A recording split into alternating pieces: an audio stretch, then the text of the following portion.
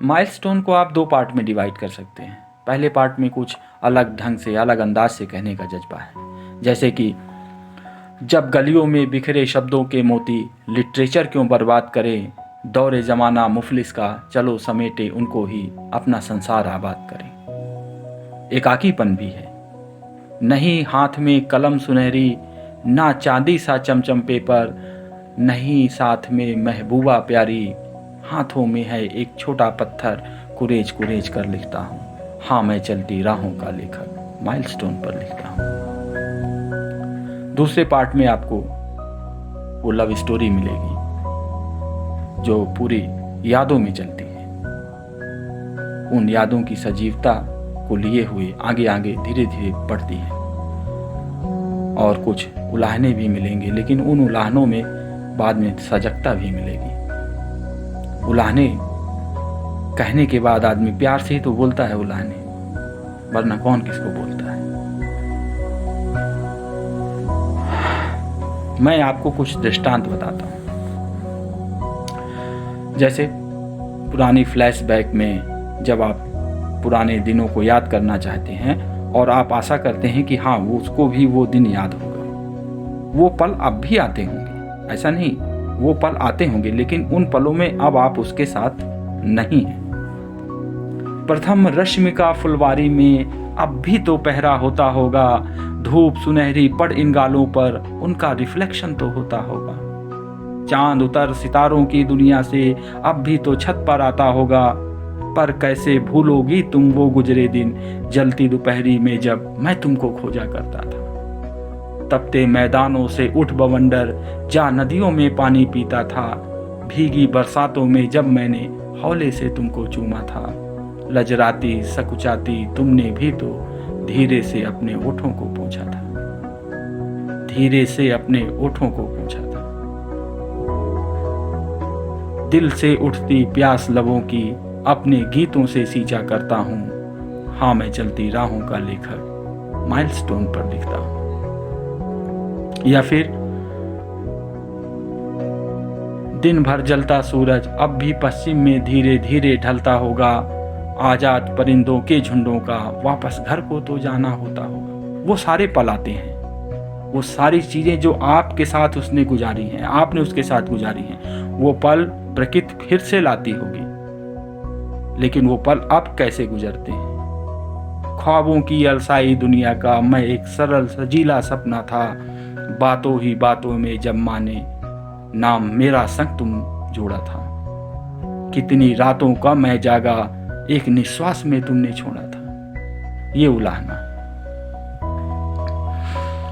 और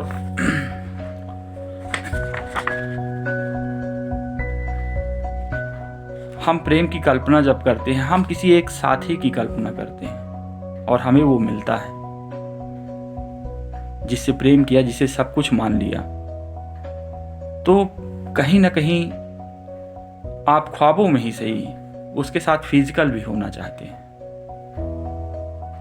और आप उस ख्वाबों की कल्पना करते हैं। ये बिल्कुल सहज और सत्य बात है, इसे स्वीकार करिए या ना करिए, लेकिन मेरे दृष्टिकोण से है। जब दार्शनिक प्रेम तुमसे चाहा तो ये फिजिक्स को कैसे छोड़ सकते हैं। सेक्स किसके साथ करें, तुम्हारे साथ ना करें तो फिर किसके साथ करें। उठती देख घटाओं को जब ये मन मयूर नाचा होगा, लेकिन अब आप उसके साथ नहीं हैं। वो क्रियाएं अब होती हैं जिनकी कल्पना कभी आपने की थी, वो क्रियाएं आज हो रही हैं, उसका दर्द देखिए। उठती देख घटाओं को जब ए मन मयूर नाचा होगा, गहरी काली आंखियों में तब सावन भी घिर आता होगा। जाड़ों में कंपित शरीर तुम्हारा जब कामाग्नि में जलता होगा।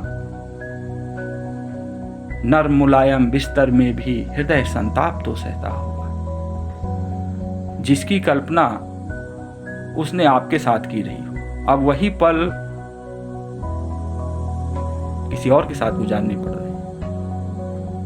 तो कल्पनाओं की पूर्ति तो हो रही है, लेकिन उस तसव्वुर में आप नहीं हैं, उसने जिसकी कल्पना की थी वो नहीं है।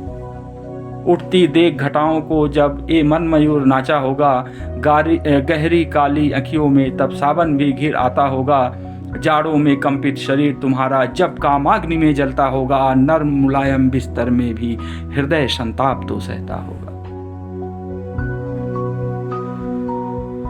जब सुदूर गांव की अमराई में प्यारी कोयल जागी होगी, कोयल की हर कूक हृदय में हृदय हूक बन चुभती होगी। जब विरह अग्नि में तुम जलती होगी, शीतल पुरवाई तब भी तो चलती होगी। होकर भी ना होगी तुम उसकी, उस बिस्तर में उसके साथ होकर भी नहीं हो सकती। होकर भी ना होगी तुम उसकी, हर मौसम में मैं साथ लिए जो फिरता हूं। अब इस उलाहने की पूर्ति कहां से हुई? दोषी खुद को सिद्ध करता है। क्यों नहीं होगी तुम उस बिस्तर पे? क्योंकि हर मौसम में मैं तुम्हें साथ लिए फिरता हूँ, चाहे जो सा मौसम हो। किसी भी मौसम की यादें तुम उठा के देखती होगी तो वो तस्वीर मेरी आती होगी।